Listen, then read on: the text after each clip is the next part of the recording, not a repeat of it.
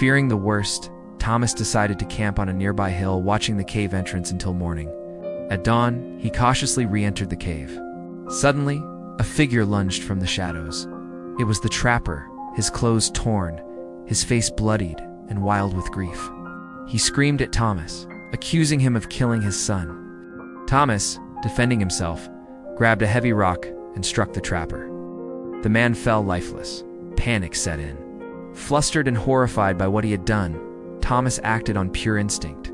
He stuffed his pockets and bag with as much gold and jewelry as he could carry and fled back to Tayabamba. He hid the treasure in his small room and hatched a plan. He went to the bar and, using his meager wages, offered to buy the owner's entire stock of crated wine.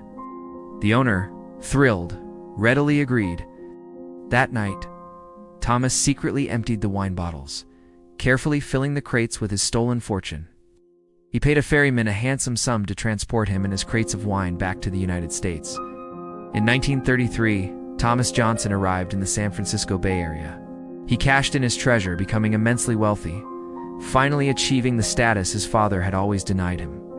He bought a sprawling estate in the Los Altos Hills, married a beautiful actress, and had 3 children. He had everything he ever wanted. After all this time, he even reconnected with his father, whom was now impressed with his son, who had now surpassed his own fortune. The years passed peacefully. Then, one evening in 1961, just after returning from his daughter's wedding, there was a knock at the door of his mansion. He opened it to find a well-dressed Hispanic man in his 30s. "Can I help you?" Thomas asked. The man looked at him with an unnerving intensity and said, "I finally found you." This line took Thomas all the way back to Peru. His blood ran cold.